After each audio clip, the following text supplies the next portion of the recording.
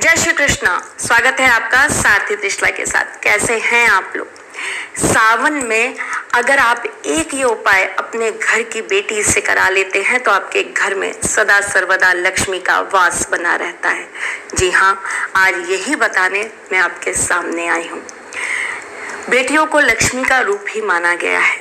ऐसा कहते हैं कि जिस घर के अंदर बेटी होती है उस घर के अंदर साक्षात माँ लक्ष्मी वास करती हैं। बेटी किसी भी रूप में आपके घर में जब भी आती है वो आपके घर में हमेशा बरकत ही बढ़ाती है। आपके घर में जब कन्या पैदा हो तब भी कहा जाता है कि लक्ष्मी आई है। आपके घर में जब बहू का आगमन हो तब भी कहा जाता है कि लक्ष्मी आई है। यानी कि एक स्त्री को हमेशा लक्ष्मी के रूप से ही पहचाना जाता है।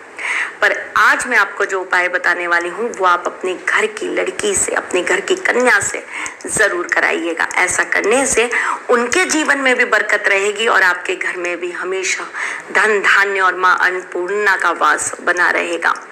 कुछ नया बताने से पहले मैं आपको ये तो बता दूं कि मैं आपकी वही पुरानी एस्ट्रोलॉजर हूँ, वास्तुशास्त्री हूँ। चेहरा भी पढ़ती हूँ, आवाज भी पढ़ती हूँ और हाथों की लकीरें भी पढ़ लेती हूँ। आपकी सारथी हूँ, इसलिए आपको जीवन का कुछ नया, अलग और अद्भुत ज्ञान देने चली आती हूँ। जिस घर के आंगन में बेटियां चहकती हैं, महकती हैं, उस घर का आंगन हमेशा खिला खिला रहता है। जिस घर की लड़कियां हमेशा खुश रहती हैं उस घर में कभी भी किसी चीज की कमी नहीं आती है। कुछ नाम के अंदर भी ऐसी बरकत होती है कि उस नाम वाली लड़कियां हमेशा अपने पिता के लिए भाग्यशाली रहती हैं। इसके बारे में मैं आपको फिर कभी बताऊंगी। आज मैं सावन में आपको एक ऐसा उपाय बताने वाली हूँ जो आप अपनी बेटी के हाथ से जरूर करवाइएगा। यह उपाय आपको करवाना है शुक्रवार के दिन। आपको एक शिव मंदिर में जाना है। अगर शिव मंदिर में ना जा सके तो अपने घर के मंदिर में ये कार्य करिएगा। गुड़ का पानी आपको शिवलिंग पर चढ़ाना है। घर में शिवलिंग ना हो तो बर्फ के शिवलिंग बना लीजिएगा और उनके ऊपर चढ़ा दीजिएगा। उसके बाद एक लाल कपड़े के अंदर आपको लाल चंदन की एक लकड़ी लेनी है, वो रखनी है। उसके ऊपर आपको एक चांदी का सिक्का रखना है। उसके साथ में आपको थोड़ी सी जौ रख देनी है और अपने घर की कन्या से आपको माँ लक्ष्मी के मंत्र को 11 बार जाप करवा के और शिवजी के ऊपर अभिषेक करवा के इस पोटली को उसी के हाथ से अपने घर की तिजोरी में स्थापित कर लेना है। अगर आपके घर की कन्या शादीशुदा है तो आप 2 पोटलियां बनवाइएगा। एक आप स्थापित करिएगा और एक लाल रंग की चुन्नी में अपनी बिटिया को उसके साथ ले जाने के लिए दे दीजिएगा। शिवलिंग पर आप गुड़ का अभिषेक जरूर करवाइएगा। ऐसा करने से रिश्तों में मिठास रहती है, घर में बरकत आती है, माँ लक्ष्मी का आशीर्वाद बरसता है और साथ ही साथ जीवन के अंदर प्रेम का रस हमेशा बरसता रहता है।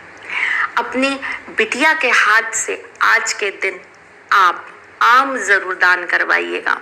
ऐसा करने से आपके घर के बड़े से बड़े दोष दूर हो जाते हैं।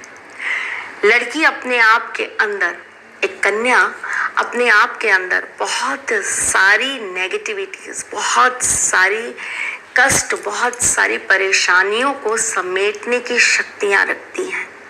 इसीलिए शायद उन्हें शक्ति स्वरूपा कहा जाता है। इसीलिए उनके अंदर माँ दुर्गा का रूप देखा जाता है। इसीलिए नवरात्रि में इन कन्याओं का पूजन किया जाता है। इसीलिए इन कन्याओं को अपने लिए सौभाग्य का और भाग्य का हम प्रतीक मानते हैं। अपनी लड़कियों के चरण स्पर्श करके उनसे आशीर्वाद जरूर लीजिएगा। उनके हाथ से गुलाबी रंग का धागा अपने हाथ में शुक्रवार को सावन में जरूर बंधवा लीजिएगा। सावन में अगर आप अपने घर की कन्याओं को लहरिया या हरे रंग का कपड़ा या साड़ी या दुपट्टा अपने हाथ से सुहाग के समान के साथ देते हैं, अगर वो शादीशुदा है, तो ऐसा करने से उनके वैवाहिक जीवन के अंदर बहुत ही प्रेम आता है। उनके वैवाहिक जीवन को एक अटूटता मिलती है। लेकिन अगर इसी के साथ आप एक हरेक रंग के कपड़े के अंदर 2 मुट्ठी गेहूं के अंदर एक चांदी का सिक्का डालकर अपनी विवाहित लड़की को सावन में दे देते हैं तो उसके जीवन में हमेशा प्रेम और बरकत बनी रहती है। उसके घर में कलेश नहीं होते, उसके जीवन में सौभाग्य रहता है और वो सदा सुहागन रहती है। आशा करती हूँ इस सावन आप अपनी बच्चियों की जिंदगी संवारने के लिए ये कार्य जरूर करेंगे। मैं फिर आऊंगी कुछ नया, कुछ अलग, कुछ अद्भुत लेकर। तब तक के लिए मुस्कुराते रहिएगा, रिश्तों में मजबूती बना के रखिएगा, अपने साथी के साथ में जुड़े रहिएगा, प्यार देते रहिएगा, प्यार लेते रहिएगा, ख्याल रखिएगा अपना और उनका जिनसे आप प्यार करते हैं। मैं जल्द आपसे मिलने आऊंगी, तब तक के लिए जय श्री कृष्ण।